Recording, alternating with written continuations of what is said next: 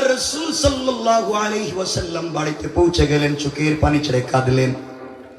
গভীর রজনীতে আল্লাহর কাছে চোখের পানি ছেড়ে ডাক দিয়া বলেছেন, আল্লাহ, দ্বীনের দাওয়াত দিয়েছি, আমার চাচা আমাকে গালি দিয়েছে, পাগল বলেছে, আমাকে মারবার জন্য হাতে পাথর নিয়েছে। আল্লাহ তাআলা আমার যায় আসে না, আমার ব্যথা লাগে নাই, আমার কষ্ট লাগে নাই, আমাকে মেরে ফেললে যায় আসে না, কিন্তু তোমাকে পাগল বলেছে, আমার সহ্য হয় না। আমি মুহাম্মদ বরদাস্ত করতে পারি না তোমাকে কেউ গালি দিলে।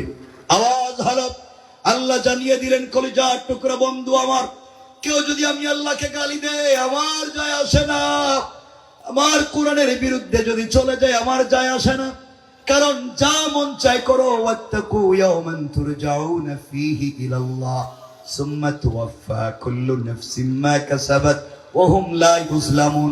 যা মন চায় করো, আমার কাছেই ফিরে আসা লাগবে, হিসাব দেওয়া লাগবে, ওই দিন জুলুম করব না। ফামাইয়ামাল মিসকালা দাররাতিন খায়রান ইয়ারা, সরিষার দানা পরিমাণ ভালো কাজ করলে হিসাব নিব। ওয়ামাইয়ামাল মিসকালা দাররাতিন শাররান ইয়ারা, সরিষার দানা পরিমাণ খারাপ কাজ করলে হিসাব নিব। বন্ধু টেনশন করো না, আমাকে গালি দিলে আমার যায় আসে না, কিন্তু কলিজাত থেকে যাকে আমি হাবিবুল্লাহ বানিয়েছি, আমার বন্ধুকে যদি কেউ গালি দেয় আমি আল্লাহ বরদাস্ত করতে পারি না। আল্লাহু আকবার। লম্বা আলোচনা, আমরা আলোচনা করে ছোট ছোট করে শুধু মূল বিষয়টা বুঝাবো। মূল বিষয়টা কি মনে আছে তো? কোরআন সাথে থাকলে কেউ কিছু করতে পারবে না। বাঁচাবেন কে? আল্লাহ। জোরে বলেন না আল্লাহ। এটা মনে রাখবেন। আপনারা তো কোন তাবিজ কবজ নেই, কোরআনটা বুঝে। আল্লাহ রাব্বুল ইজ্জত ওয়াল জালাল সূরা লাহাব নাজিল করলেন, আমাদের আপত্তি নাই।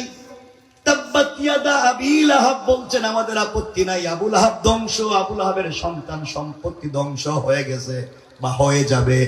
আল্লাহ বললেন আমাদের আপত্তি নেই, কারণ আবু লাহাব আল্লাহর রাসূলকে গালি দিয়েছে। কিন্তু আল্লাহ কোরআনের ওই সূরার মধ্যখানে একটা আয়াত নাজিল করলেন। আল্লাহ বলছেন, ওয়ামরাআতুহু হাম্মালাতাল হাতাব। ও বন্ধু আমার, শুধু আবু লাহাবকে ধ্বংস করে দিয়েছি তা না, তার স্ত্রী উম্মে জামিলকেও ধ্বংস করে দিয়েছি। এই কথা বলবার জন্য আল্লাহ একটা শব্দ নিয়েছেন, হাম্মালাতুন। তাফসীরে কাশাফে হাম্মালাতুন শব্দের দুটা ব্যাখ্যা পাওয়া যায়। এক নম্বর ব্যাখ্যা হলো, হাম্মালাতুনের ওই মহিলাকে ধ্বংস করে দিয়েছি যেই মহিলা জঙ্গল থেকে কাঁটাওয়ালা কাঠ কেটে এনে আপনার দ্বীনের রাস্তায় ফেলে দিয়ে আপনাকে বাধা দিত, কষ্ট দিত। ওই কাঁটাওয়ালা কাঠ বহনকারিণী মহিলাকে ধ্বংস করে দিয়েছি।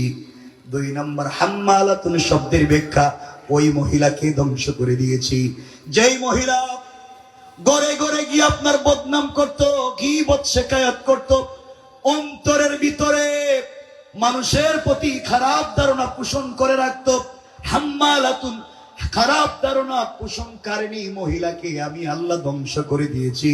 ওই মহিলাকেও ধ্বংস করে দিলাম, কারণ পৃথিবীতে যারা হিংসা করে, এই পৃথিবীতে তার মতো বেকুফ আল্লাহর জমিনে আর নাই।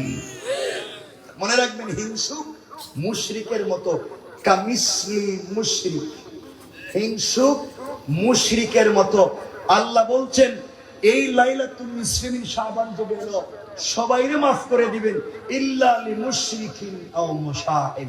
মুশরিককে মাফ করবেন না, আর হিংসুক অন্তরে যারা বিদ্বেষ লালন করে এদেরকে মাফ করবেন না। কিন্তু হুজুরদের ভিতরে আজকাল কি হিংসা নাই? না, নাই নাই, আসেনি? খারাপ পাইলেন আমার কথায়?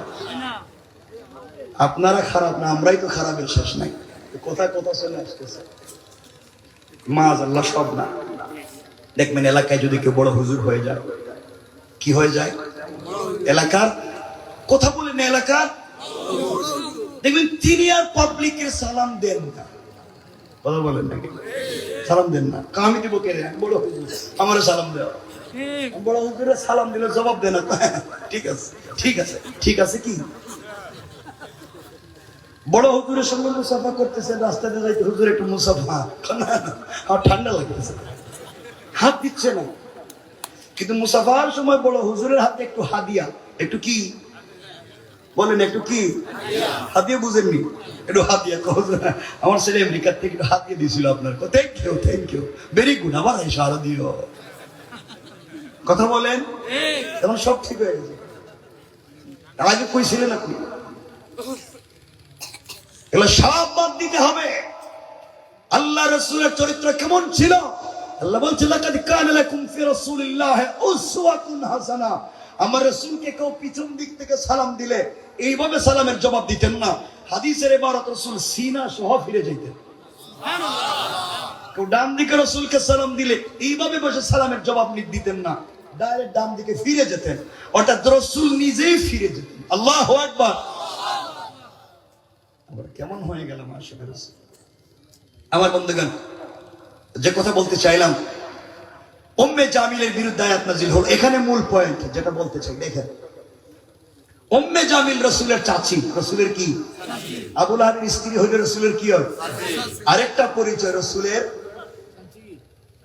বিআইন। বিআইন কি বুঝেন না? বিআইন বুঝেন?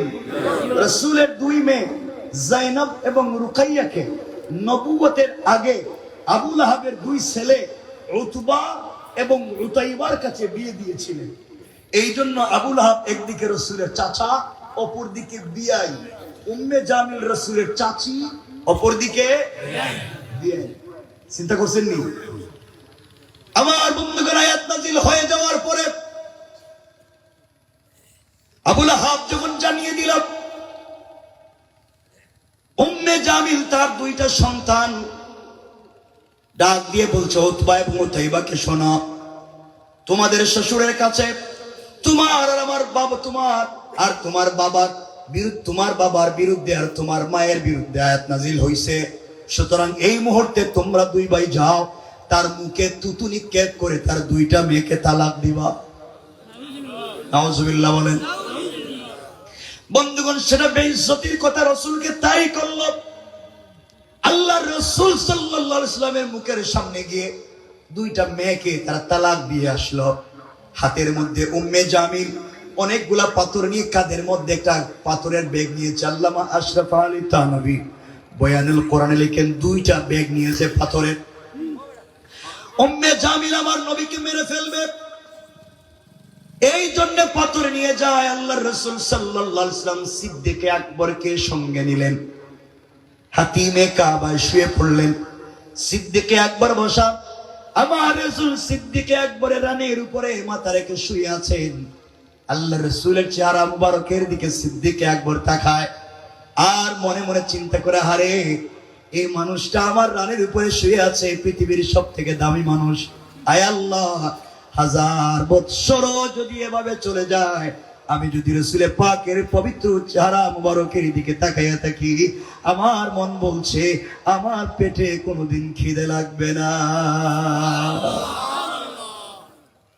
সিদ্দিক আকবর দেখেন, কিছুক্ষণ পর একজন মহিলা আসতেছে, হাতের মধ্যে পাথর নিয়ে রাসূলে পাককে হয়তো মেরে ফেলবে। ডাক দিয়ে বলছেন, ইয়া রাসূলুল্লাহি, ইয়া হাবিবাল্লাহ, একজন মহিলা নিশ্চয় আপনাকে মারবার জন্য আসতেছে, আপনি আমাকে বলেন, আমি দাঁড়িয়ে যাই, সে আপনার কাছে আসার আগে আমি তাকে হত্যা করিও তো বের করে দিই।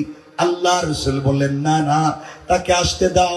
আল্লাহ আমাকে জানিয়ে দিয়েছেন, পুরা দুনিয়া যদি আমার বিরুদ্ধে চলে যায়, আমি যদি একাই মাসলুম হয়ে যাই, আমি যখন আল্লাহর কোরআন থেকে তেলাওয়াত করি, আল্লাহ তাআলা বলেছেন আমি যখন কোরআন থেকে তেলাওয়াত করব, সকল জালিম থেকে হেফাজতের জিম্মাদার স্বয়ং আমার আল্লাহ। আল্লাহু আকবার বলেন। আস্তে আস্তে উম্মে জামিল রাসূলের কাছাকাছি চলে আসলো। সিদ্দিক আকবর বলছেন, ইয়া রাসূলুল্লাহ, যে মহিলা আপনাকে মারবার জন্য আসতেছে আপনার চাচী এবং বিয়ে, এর চাইতে লাঞ্ছনার অপমানের কিছু হতে পারে না, আপনি বলেন আমি প্রতিবাদ করি। আল্লাহ রাসূল বললেন, না। এই বলে কোরআন থেকে তেলাওয়াত করতে লাগলেন। আল্লাহ রাসূল তেলাওয়াত শুরু করে দিলেন। উম্মে জামিল রাসূলে পাকের সিনা মুবারকের সামনে দাঁড়িয়ে গেল। সিনা মুবারকের সামনে দাঁড়ায়া আবু বকরকে ডাক দিয়া বলছে, আবু বকর, তুমি বলো তো, এখানে একা একা বসে বসে কি করো? তোমার বন্ধু মুহাম্মদ ইবনে আব্দুল্লাহ কোথায়? পুরা মক্কা খুঁজতেছি তারে পাই না, সে কোথায় গেল, তুমি এখানে বসা কেন? সিদ্দিক আকবর বলেন, বলে কি, আমি দেখি আমার রানের উপরে রাসূল শুয়ে আছেন, দুইটা চোখ দিয়া দেখি, কান দিয়া তেলাওয়াত শুনি, উম্মে জামিল রাসূলের সিনার সামনে দাঁড়াইয়া দেখে না, নিশ্চয় আল্লাহ পাকের সব থেকে বড়, রাসূল পাকের জন্য বড় মুআজিজা। আল্লাহু আকবার। ব্যাপার কি? তিনি বললেন, শোনো, তোমার বাতিজা, তোমার বিয়াই, তুমি খুঁজে দেখো কোথায় আছে, আমি কি জানি। উম্মে জামিল খুঁজতে লাগলো, পুরা কাবা ঘর খুঁজে কোথাও না পেয়ে আবার রাসূল পাকের সামনে দাঁড়ায়া বলছে, আবু বকর, খুঁজলাম পাইলাম না, তারে জানাইয়া দিও আমি ওয়াদা করেছি, শপথ করেছি সৃষ্টিকর্তার নামে, কাবার ঘরের ভিতরে গিয়া আমি শপথ করেছি তাকে না মারা পর্যন্ত খাবার মুখে দিব না। সিদ্দিক আকবর মনে মনে বলে, তুই মারবি, রাসূলকে তো চৌকিও দেখিস না। কথা বলিস না কেন? কথা বলেন, দূরে বলে, ঠিক না? রাসূলের সামনে এদিকে দেখতেছিস না, মারবি কেমনে? বাঁচাইছেন কে? কিসের মাধ্যমে? তাবিজ দিয়া। দিয়ে দিন 500 টাকাতে তাবিজ। তাবিজের তো অভাব নেই। হুজুরের কাছে গিয়া কো, হুজুর, আমার তো বল্টুর মেয়ের সাথে প্রেম ছিল, কিন্তু ওর মা বাপ রাজি না, মেয়েটা রাজি, এমন একটা তাবিজ দেন সব রাজি হয়ে যায়। লিখে দিতেছে তাবিজ, কয়েকটা বালিশের ভিতরে, একটা কম্বলের ভিতরে, আরেকটা আগুনের ভিতরে, আরেকটা কই দিব, যে লেখছে তার কপালে ঠাডা পড়ানো। লিখতে কইছে কিনা, দিয়ে দিছে লিখে। কয় শুধু এখন তো ওই মেয়ে পাগল হইব তা না, তার মা বাবা পাগল হয়ে যাবে, হেরাও চলে। চিন্তা করছেন? আল্লাহ রাসূল সাল্লাল্লাহু আলাইহি ওয়াসাল্লাম কোরআন থেকে তিলাওয়াত করলে উম্মে জামিল চলে গেল। সিদ্দিক আকবর উঠে গেলেন, আল্লাহ রাসূলকে জড়িয়ে ধরলেন, চোখের পানি ছেড়ে দিলেন। ইয়া রাসূলুল্লাহ, জানতে চাই, উম্মে জামিল আপনার সামনে দাঁড়িয়ে আমাকে দেখে আপনাকে দেখে না, ব্যাপার কি? আপনি যদি একটু বলতেন, কেন দেখলো না?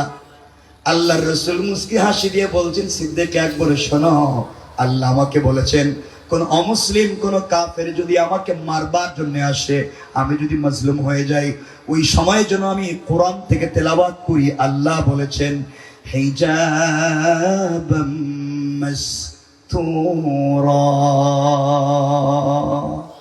আকাশ থেকে একটা গোপন পর্দা পাঠাইয়া ওই কাফের আর আমার মধ্যখানে আমার আল্লাহ পার্টিশন সৃষ্টি করে দেয়। পড়েন সুবহানাল্লাহ, আল্লাহু আকবার। আমাদের টেনশন আছে নি? আমাদের সাথে কোরআন আছে না নাই? জোরে বলেন, আছে না নাই? কষ্ট হচ্ছে আপনাদের? কষ্ট হইলে কইয়েন।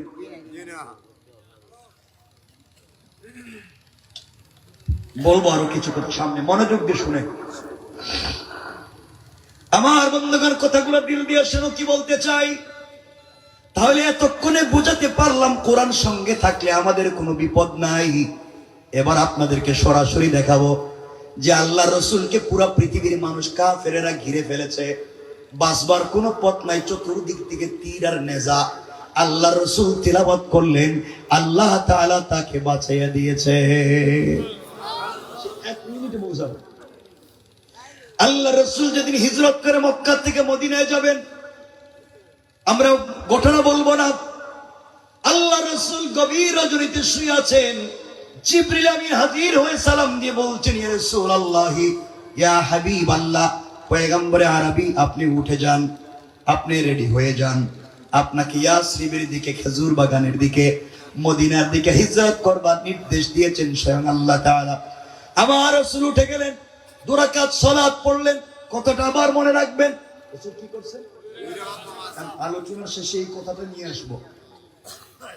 আর আমার রাসূলকে জিবরিল আমিন জানিয়ে দিয়েছেন, ইয়া রাসূলুল্লাহ, আল্লাহ আপনাকে একটা তাসবিহ পড়তে বলছেন।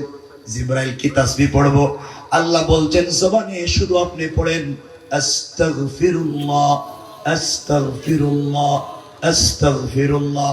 ওই একটা শব্দ পড়বেন, কোরআন থেকে তিলাওয়াত করবেন, আপনার কাজ। আল্লাহ রাসূল উঠে গেলেন। কথাটা মনোযোগ দিয়ে শুনেন, হয়তো আপনার আমার জিন্দেগির কাজে লেগে যাবে।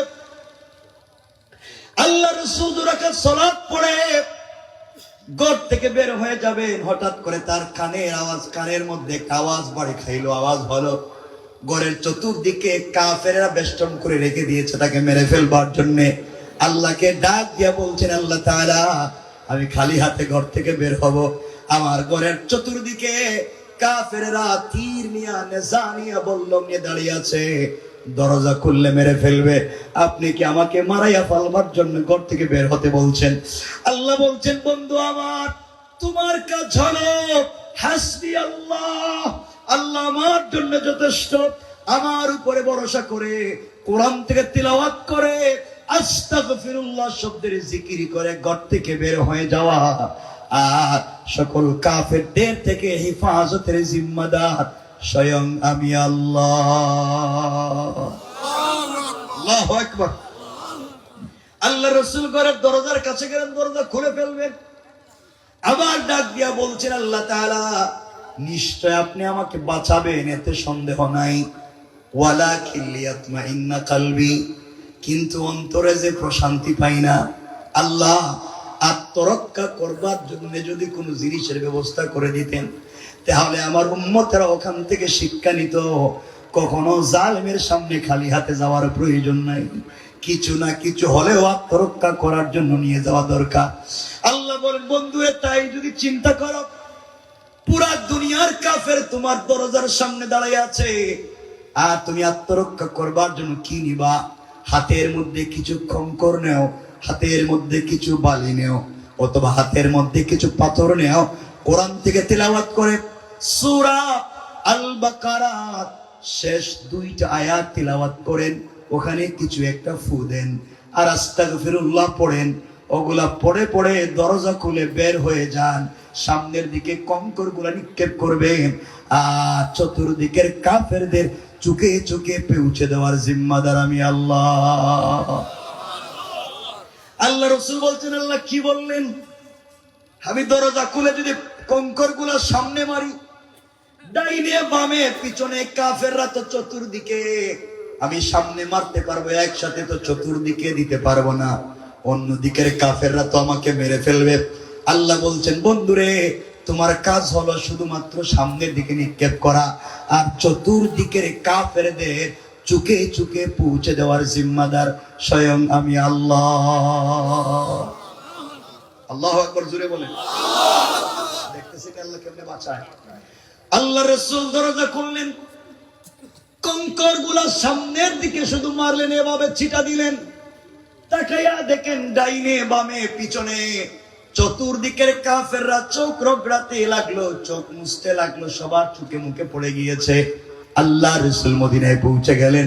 লম্বা ঘটনা, আর ঘটনার দিকে নিব না। মদিনায় পৌঁছে গেলেন, কেউ আল্লাহ রাসূলের পশম পরিমাণ ক্ষতি করতে পারলো না।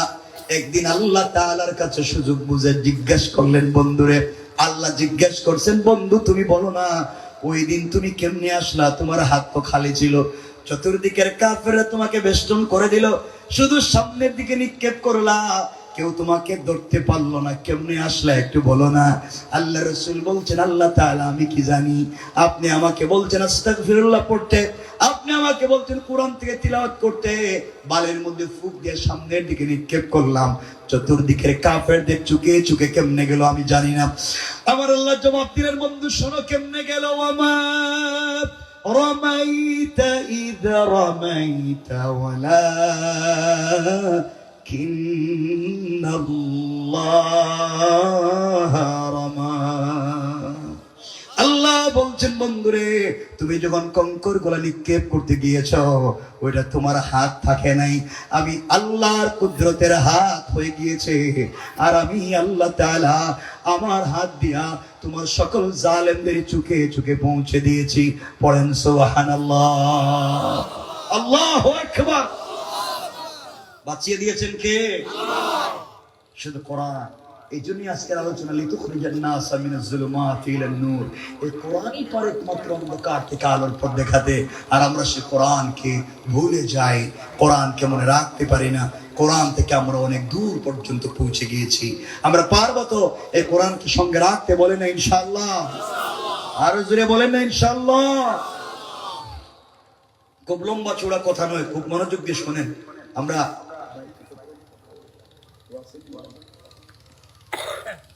ঠিক আছে, জাযাকাল্লাহ খায়র। কষ্ট হচ্ছে আপনাদের? কষ্ট হচ্ছে? খুব মনোযোগ দিয়ে শোনেন। তাহলে এতক্ষণের আলোচনায় কি বুঝতে পারলাম? কোরআন আমাদেরকে বাঁচাতে পারবে কি পারবে না? আরো জোরে বলেন, আরো জোরে বলেন। এতক্ষণ বললাম কোরআনের আয়াতের কথা, এতক্ষণ বললাম হাদিসের কথা। এখন বাস্তব লাইফে আমাদের এই সাবকন্টিনেন্টে একটা ঘটনা ঘটেছে। আফগানিস্তানের খুস্ত প্রদেশের একটা যুদ্ধের কথা, সোভিয়েত ইউনিয়নের। আপনাদেরকে সেই ছোট্ট কথা 1-2 মিনিটে বলে দিই। আমার বন্ধুগণ, কথাগুলো দিল দিয়ে শোনেন। একটা ছোট্ট ছেলের নাম হাফেজ গুল মুহাম্মদ। হাফেজ গুল মুহাম্মদ কোরআনের হাফেজ। ওই ছেলেটা, কেউ বলেছেন কিতাবে লিখেছেন, কেউ বলেছেন ছেলেটার বাড়ি পাকিস্তানে ছিল। যখন সে জানতে পারলো আফগানিস্তানে বিভিন্ন জায়গায়, খুস্ত প্রদেশ এবং বিভিন্ন জায়গায় কাফের বেঈমানেরা মা বোনদের ইজ্জত নষ্ট করে দিচ্ছে, কোরআনকে জ্বালিয়ে ডাস্টবিনে ফেলে দিচ্ছে, আল্লাহর রাসূলকে গালি দিচ্ছে, আর সহ্য করতে পারে নাই। চিন্তা করেছে কিয়ামতের দিনে আল্লাহ যদি আমাকে জিজ্ঞাসা করেন, কিরে হাফেজ বল, আমি আল্লাহ তোকে 30 পারা কোরআনের হাফেজ বানালাম, তোমার চোখের সামনে কি হলো? আমার কোরআনকে জ্বালিয়ে দিল। জবাব দিতে পারলে না। দেখেন না আল্লাহ কি বলছেন কোরআনে, তোমার আমার সঙ্গে কেমনে কথা বলছেন। আল্লাহ বলেন, ওয়া মালাকুম লা তুকাতিলুনা ফি সাবিলিল্লাহ।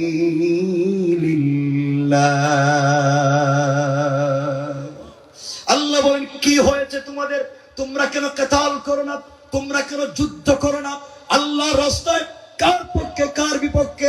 আল্লাহ বলেন, ওয়াল মুস্তাদাফিনা মিনার রিজালি ওয়ান নিসাই ওয়াল উইলদান। যেই দেশের বৃদ্ধ বৃদ্ধা, যেই দেশের নারী পুরুষ, যেই দেশের ছোট্ট ছোট্ট বাচ্চারা নির্যাতনের শিকার হয়ে কোরআনের কথা পর্যন্ত যেই দেশে বলা যায় না, যেই দেশে তাকবীরের ধ্বনি দেওয়া যায় না, যেই দেশে পর্দা করে মা বোনেরা চলতে পারে না, যেই দেশের যুবকেরা ইউনিভার্সিটিতে দাঁড়িয়ে রেখে গেলে জঙ্গি বলে দেয়, যেই দেশের যুবকেরা টাকনোর উপরে প্যান্ট পরলে জঙ্গি সন্ত্রাসী ট্যাগ লাগিয়ে দেয়, তারা ডাক দিয়ে আল্লাহকে বলছে, আল্লাযীনা ইয়াকুলুনা রব্বানা আখরিজনা মিন হাদিহিল কারয়াতিজ যালিমি আহলুহা। আয় আল্লাহ তাআলা, হে আমাদের রব, আখরিজনা, আমাদেরকে বের করে নিয়ে আসেন, মিন হাদিহিল কারয়াতিজ যালিমি আহলুহা, যে এলাকার, যেই শহরের, যেই দেশের সবগুলো মানুষ জালেম, যেখানে কোরআনের কথা বলা যায় না, কোরআন নিয়ে চলা যায় না, ওখান থেকে আমাদেরকে বের করে নিয়ে আসো। আর সহ্য হয় না, থাকতে পারি না। আয় আল্লাহ তাআলা, এরপরেও যদি রাখতে হয় তোমার কাছে 2টা জিনিস চাইলাম, 2 জিনিস যদি আমাদেরকে দেও, তাহলে এই জালিমের রাষ্ট্রে মাজলুম হয়ে নয়, আমরা বিজয়ী থাকতে পারবো। 1 নাম্বার, ওয়াজআল লানা মিন লাদুনকা ওয়ালিয়া। আয় আল্লাহ তাআলা, আমাদের জন্য একজন লিডার পাঠাইয়া দাও, আমাদের জন্য একজন নেতা পাঠাইয়া দাও, আমাদের জন্য একজন রাহবার পাঠাইয়া দাও। ওই রাহবারের নেতৃত্বে আমরা জালেমের বিরুদ্ধে আন্দোলন গড়ে তুলবো, তোমার জমিনে তোমার দিন কায়েম করব। আমাদের জন্য একজন লিডার পাঠাইয়া দাও। আয় আল্লাহ তাআলা, শুধু লিডার দিলে হবে না, কারণ রাসূল পাককেও তুমি উহুদ বদরের যুদ্ধের লিডার বানিয়েছিলা, এরপরও তুমি সাহায্য দিয়েছো। আল্লাহ, আমাদেরকে লিডার দিলে হবে না, সাহায্যের প্রয়োজন। পরের শব্দে আল্লাহর কাছে তারা বলছে, ওয়াজআল লানা মিন লাদুনকা নাসীরা। আয় আল্লাহ তাআলা, লিডার দিলে হবে না, আমাদের জন্য তুমি সাহায্য পাঠাইয়া দাও। আল্লাহু আকবার। কোরআন কিভাবে কথা বলছে আল্লাহ জবাব দিচ্ছেন পরের আয়াতে, অর্থাৎ বাম পৃষ্ঠার প্রথম আয়াতে আল্লাহ জবাব দিলেন, শুনছি তোমাদের কথা, এবার শোনো। আল্লাযীনা আমানু ইউকাতিলুনা ফি সাবিলিল্লাহ। তোমরা চিন্তা করেছো কেউ তোমাদের সাহায্য করবে না? মনে রাখবা, যারা মুমিন, যারা সত্যিকার অর্থে ইমানদার হয়েছে, আমার প্রতি চলে, নিশ্চয় তোমাদেরকে তারা সাপোর্ট দিবে, সহযোগিতা করবে। আর যদি দেখো এর দাড়ি আছে, জুব্বা আছে, পাগড়ি আছে, পাঞ্জাবি আছে, এরপরও তোমাদের পক্ষে যুদ্ধ করে না, ওরা কারা? আল্লাহ বলেন, ওয়াল্লাযীনা কাফারু ইউকাতিলুনা ফি সাবিলিত তাগুত। আর যদি দেখো তোমাদের পক্ষে আসে না, নামাজের কথা বলে, দাড়িও আছে, পাগড়িও আছে, জুব্বাও আছে, মনে করবে তারা মুসলমানদের পক্ষে নয়, তারা হলো এই জমিনে তাগুতের দালাল। কোন ঠিক কিনা? এবার মুসলমানরা বলছে, আল্লাহ আমরা যাবো কই? আল্লাহ জবাব দিচ্ছেন, শুনো, রাগ করে বলছেন আল্লাহ, ফাকাতিলু আউলিয়া শাইতান। ও মাসলুমেরা, তোমরা যুদ্ধ করো, প্রতিরোধ গড়ে তুলো আউলিয়া আর শয়তান, শয়তানের লিডারদের বিরুদ্ধে। আল্লাহ এখানে বলেন নাই ফাকাতিলু শয়তান, তোমরা যুদ্ধ করো হিন্দু, বৌদ্ধ, ইহুদি, খ্রিস্টান তাদের বিরুদ্ধে বলেন নাই, নাস্তিকের বিরুদ্ধে যুদ্ধ করে এটা বলেন নাই।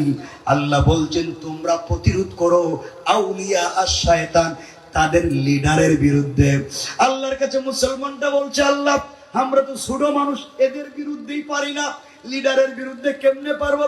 আল্লাহ আশ্বস্ত করে পরের শব্দে বলতেন, শুনে রাখো, চিন্তা করো না, লিডারেরা যত ষড়যন্ত্র করুক, আল্লাহ বলছেন পরের শব্দে, ইন্না কাইদাশ শাইতানি কানা দাঈফা। কারণ কাফের বেঈমানেরা যত কুট কৌশল করুক না কেন, সবগুলা আমি আল্লাহর কাছে মশা মাছি গড়ের চাইতে আরো বেশি দুর্বল। কোন সুবহানাল্লাহ। আমার বন্ধুগণ, যে কথা বলতে চাইলাম, লম্বা করতে চাই না, হাফিজ গোল মোহাম্মদ ডাক দিয়া বলতেছে, আল্লাহর কাছে চিৎকার করে বলছে, আল্লাহ তাআলা কি করব? আমি তো ছোট্ট একটা হাফেজ, আমি যেতে চাই। এই বলে সে অবৈধভাবে দেশের ভিতরে ঢুকে গেল। দেশের ভিতরে ঢুকে যাওয়ার পরে সে ডান বাম চিনে না, রাস্তাঘাট চিনে না, কাফেরদের হাতে ধরা পড়ে গিয়েছে। ধরা পড়ে যাওয়ার পরে বুঝতে পেরেছে, গভীর রজনীতে হাত উঠাইয়া সারেন্ডার হয়ে গিয়েছে। তারা বলছে, সারেন্ডার হও। কে তুমি? হাফিজ গোল সারেন্ডার হয়ে গিয়েছে, ধরা পড়ে গেল। তারা ক্যাম্পের ভিতরে নিয়ে গেল, ডাক দিয়ে বলছে, কে তুমি? পরিচয় কি? আমি একজন মুসলমান, আমার বক্ষে রয়েছে আমার আল্লাহর 30 পারা কোরআন। আমি এই দেশে এসেছি সকল জালেমের বিরুদ্ধে যুদ্ধ করে মা বোনদের ইজ্জত আর কোরআনকে হেফাজতের জন্য। কোন সুবহানাল্লাহ। তারা ডাক দিয়ে বলছে, তোমার নাম কি? আমার নাম গোল মোহাম্মদ। তুমি কি বুঝতে পেরেছো আমাদের হাতে বন্দী? কিছুক্ষণ পরে তোমাকে মেরে ফেলবো। আর তুমি নাকি বলছো তুমি বেঁচে যাবে, তুমি নাকি যুদ্ধ করবে। আফসোস। সবাই বসা, এমন সময় তাদের বড় বড় লিডাররা, ক্যাপ্টেন জেনারেল বসা, ডাক দিয়া বলছে, গোল রে, তোর কাছে জানতে চাই, আমাদের অত্যাধুনিক মারণাস্ত্র আছে, এতদিন থেকে যুদ্ধ করি, তোদের বিরুদ্ধে জয়লাভ করতে পারি না। তোদের তো অস্ত্র নাই, ট্রেনিং নাই, তোমরা কেমনে মোকাবেলা করে? আমরা তো তোমাদের সঙ্গে পারি না। হাফেজ গোল মোহাম্মদ বুঝতে পেরেছে আর বাঁচব না, মরে যাব। ডাক দিয়া বলছে, যেই অস্ত্রের কারণে তোমরা আমাদের সঙ্গে মোকাবেলা করে পারো না, সেই অত্যাধুনিক অস্ত্রটা আমার সাথে আছে। আল্লাহু আকবার বলেন না। বোমা আছে মনে, হুজুর তো দেখতেছি লম্বা জুব্বা, তো বোমা আছে মনে, দেখলেই তো মনে হয়। এরা তো একবারে বোমার মেশিন যা আছে সব লাগাই রেখে দিছে বডিতে। কোন জায়গায় কি আছে কিচ্ছু নাই। খুঁজতে খুঁজতে দেখে পকেটে একটা লাকড়ির টুকরা। কি পাইছে? মানে মেসোয়া। কি পাইছে? মেসোয়া। এই তুই না বললি তোর কাছে এই আছে সেই আছে, এমন তো কিছুই পাইতেছি না। কিচ্ছু না। এটা কি? কইতে হাত দিছেন কেমনে? এটাই তো এই বোমা। আল্লাহু আকবার বলেন না। এরা মনে করছে হয়তো বানিয়ে রাখছে, ফালাইয়া দিছে। দূরে গিয়া তারা সব অস্ত্র নিয়ে রেডি। যদি এটা বোম ফুটে এটা তো বাস্তব। চিন্তা করেন, এদের ভিতরে ঈমান না থাকলে, খালিদ ইবনে ওলীদ যে বলতেন যাদের ভিতরে ঈমান নেই এদেরকে মৃত মনে করি, দেখেন এর একটা লাঠির টুকরা মেসওয়াকরে কত ভয় পায়, কারণ যারা ভয় পায় তার ভিতরে আছে আল্লাহর ভয়। ঠিক কিনা বলেন? গোলকে সবাই বাঁধছে হাত পা, মিসওয়াকটারে দূরে ফালায় রাখছে। ওদের একবার উপর থেকে কমান্ডিং আসছে, এই যুবকটাকে মাইরে ফালায় না, এর কাছ থেকে তথ্য নেন কেমনে কেমনে তারা অস্ত্র বানায়।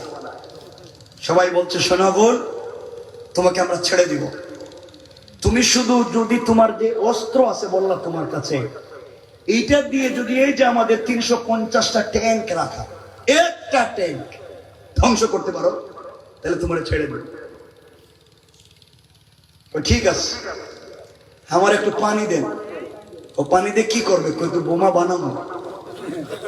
পানি দিয়ে আবার কি বোমা বানাইবো? পানি দেন আর ওই লাকড়ির টুকরাটা দেন, দেখেন আপনারা কেমনে বানাই। এরা তো আশ্চর্য, লাকড়ির টুকরা দিয়ে পানি দিয়ে কে বোমা বানায়? ওরা সবাই দূরে দাঁড়িয়ে আছে, ওর হাতে পানি দিয়েছে। হাফেজ গোল মোহাম্মদ পানি নিয়ে মিসওয়াক করেছে, সুন্নাত মোতাবেক মিসওয়াক করেছে, ওযু করেছে। এরা দেখলো, বললো বোমা বানাবে, এখন থেকে হাত পা ধোয়। ব্যাপার কি? হাত পা ধৌত করে মিসওয়াক মুখের মধ্যে মিসওয়াক করে 2 রাকাত সালাতে দাঁড়িয়ে গিয়েছে। কারণ আল্লাহ রাব্বুল ইজ্জত ওয়াল জালাল বলেছেন ওয়াস্তাইনু বিস-সাবরি ওয়াস-সালাহ, ধৈর্য ধারণ করো, সাহায্য চাও সবরের মাধ্যমে, সালাতের মাধ্যমে। আর আমরা সালাতে গিয়া দোয়া করি না, নামাজের সালাম ফিরাইয়া দোয়া করি। পারলে এটা আল্লাহকে ঘটনা কি? আল্লাহ বলছেন নামাজে দোয়া করো, ওয়াস্তাইনু বিস-সাবরি ওয়াস-সালাহ। তোমরা নামাজে এসে চাও, নামাজের পরে যাক, এটা আরেক আলোচনা, ওদিকে যাই না। আমার বন্ধুগণ, হাফিজ গোল মোহাম্মদ সিজদায় পড়ে গিয়েছে, চিৎকার করে ডাক দিয়া বলেছে আল্লাহ, আমি হাফিজ গোল মোহাম্মদ, আমি একজন মুসলমান, আমার বক্ষে রয়েছে তোমার 30 পারা আল কোরআন। আয় আল্লাহ, আমি তো এই দেশে এসেছি শুধু মুসলিম মা বোনদের ইজ্জত হেফাজতের জন্য, তোমার কোরআনকে বিজয় করবার জন্য। আয় আল্লাহ, আমি ধরা পড়ে গিয়েছি, ওরা আমাকে মেরে ফেলবে, বাঁচবার কোনো পথ নাই, পদ্ধতি নাই, যে কোনো সময় মেরে ফেলতে পারে। আয় আল্লাহ, আমাকে যদি মেরে ফেলে আমারে যায় আসে না, আমাকে হত্যা করে যদি কুকুরকে খাইতে দিই টুকরা টুকরা করে যায় আসে না। কিন্তু আমি তাদেরকে বলেছি তাদের একটা ট্যাঙ্ক ধ্বংস করব। আয় আল্লাহ, আমার কাছে কিছুই নাই, এই জন্য সালাতে দাঁড়িয়ে গেলাম, নামাজের ভিতরে তোমার কাছে চাইলাম, রব এই বিপদে তুমি সাহায্য করো তোমার গোলামকে। আয় আল্লাহ, আমি যদি এখানে না আসতাম হয়তো দুনিয়ার আনন্দ উল্লাস উদযাপন করতে পারতাম, একমাত্র তোমাকে ভালোবেসে এখানে এসেছি কোরআন হিফাজতের জন্য। আয় আল্লাহ, তুমি কি পারো না এমন একজন ইসলামী আন্দোলনের কর্মী, কোরআনের হাফেজকে হিফাজত করতে কি পারো না? কোরআনের হাজার হাজার মুজিজা আছে আল্লাহ, একটা মুজিজা দেখাইয়া দাও। হাজার হাজার কারামত আছে, একটা দৃশ্য দেখাইয়া দাও। আল্লাহ যে ভাবি হোক, তাদের একটা ট্যাঙ্ক ধ্বংস করাইয়া দাও। আমাকে হত্যা করলে আমার যায় আসে না, আমি যদি একটা ট্যাঙ্ক ধ্বংস করতে না পারি, ওরা বলবে কোরআনের পাওয়ার নাই, মুসলমানরা শুধু বড় বড় কথা বলে, ওদের বাস্তবে কিচ্ছু করার ক্ষমতা নাই। আয় আল্লাহ তাআলা, তুমি আমাকে একটু শক্তি দাও। এইভাবে নামাজ শেষ করে সালাম ফিরাবার আগে ডাক দিয়া বলছি আল্লাহ, তুমি তো কলিজার টুকরা হাবিবকে হিজরতের সময় তুমিও তো কঙ্কর দিয়া তাকে বলছিলে তুমি কঙ্কর নিক্ষেপ করো, তিনি তো করছিলেন, তাকে বাঁচাইছিলেন। আল্লাহ, আমিও জমিন থেকে কিছু মাটি নিলাম, তিলাওয়াত করে ফু দিলাম। আয় আল্লাহ, তুমি ওগুলার মাধ্যমে আমাকে বাঁচাইয়া দাও। কসম রব্বে পাকের জাতির এই কথা বলে বিসমিল্লাহি আল্লাহু আকবার, লা ইলাহা ইল্লাল্লাহু মুহাম্মাদুর রাসূলুল্লাহ পড়ে বালির মধ্যে ফুক দিয়া বালিগুলো আল্লাহু আকবার বলে যখন নিক্ষেপ করেছে, নিক্ষেপ করতে দেরি হয়েছে। তাদের একটা নয়, দুইটা নয়, তিনটা নয়, 10টা নয়, 20টা নয়, একসাথে 350টা ট্যাঙ্কে আগুন ধরে যায়। আল্লাহু আকবার।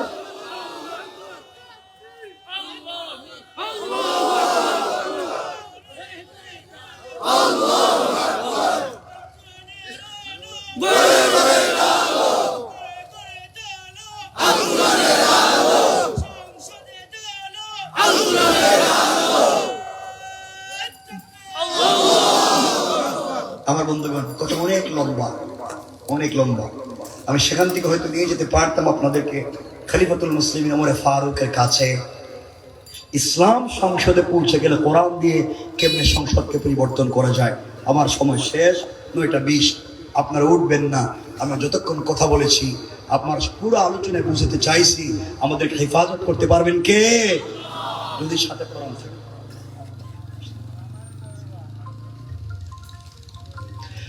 কথাগুলো দিল দিয়া শুনেন, সংক্ষেপ করে দিচ্ছে, মনোযোগ দিয়ে শুনে মুসলমান। এবারকার কথা পরিবর্তন নিয়ে আসবে আমাদের জিন্দেগিতে।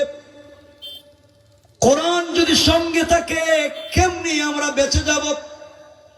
আল্লাহ রাসূল সাল্লাল্লাহু আলাইহি ওয়াসাল্লাম দুনিয়ার জমিন থেকে বিদায় নিয়ে চলে গেলেন। সিদ্দিক আকবর খলিফা। কথাগুলো শুনেন কি বলতে চাই। সিদ্দিক আকবর মদিনা নামক রাষ্ট্রের খলিফা নতুন কয়েকদিন হয়েছে। আমার বন্ধুগণ, এমন সময় একদিন ফজরের সালাত পড়ে সকল বসেছেন। এই রাষ্ট্রের খলিফা হলেন সিদ্দিক আকবর। এই রাষ্ট্রের চিফ জাস্টিস, প্রধান বিচারপতি হযরত ওমর। এই রাষ্ট্রের প্রধান উপদেষ্টা, পরামর্শদাতা হযরত আলী, হযরত ওসমান। সকলেই মসজিদের ভিতরে বসা। এমন সময় ওসমান দাঁড়িয়ে গিয়েছেন। ডাক, কথাগুলো দিল দিয়ে শুনো, কি বুঝাতে চাই। ডাক দিয়া বলতেন, খলিফাতুল মুসলিমিন আবু বকর, আপনার কাছে জানতে চাই, এই রাষ্ট্র আপনি কি দিয়ে চালান? সিদ্দিক আকবর বলছেন, কেন ওসমান? এই রাষ্ট্রটা কোরআন দিয়ে চালাই। ওসমান জানতে চাইলেন, বলো ও খলিফা, বলো সত্যি যদি রাষ্ট্র কোরআন দিয়ে চলে, আপনার কাছে আমি জানতে চাই, আপনার কাছ থেকে আমি জানতে চাই, যেই রাষ্ট্রে কোরআন আছে, যেই রাষ্ট্রের সংবিধান আল কোরআন, এই রাষ্ট্রের সকল নাগরিকের অধিকার কি, তাদের প্রাপ্য কি সমান নাকি ব্যবধান? সিদ্দিক আকবর দাঁড়িয়ে গেলেন, বলছেন, শোনো ওসমান, যে রাষ্ট্র কোরআন দিয়া চলে, ওই রাষ্ট্রের নাগরিকের অধিকারের কথা তুমি বলছো। এই রাষ্ট্রে যদি একটা কুকুর না খেয়ে মারা যায়, একটা বিড়ালও বিনা চিকিৎসায় মারা যায়, আল্লাহর আদালতে আমাকে জবাবদিহি করা লাগবে।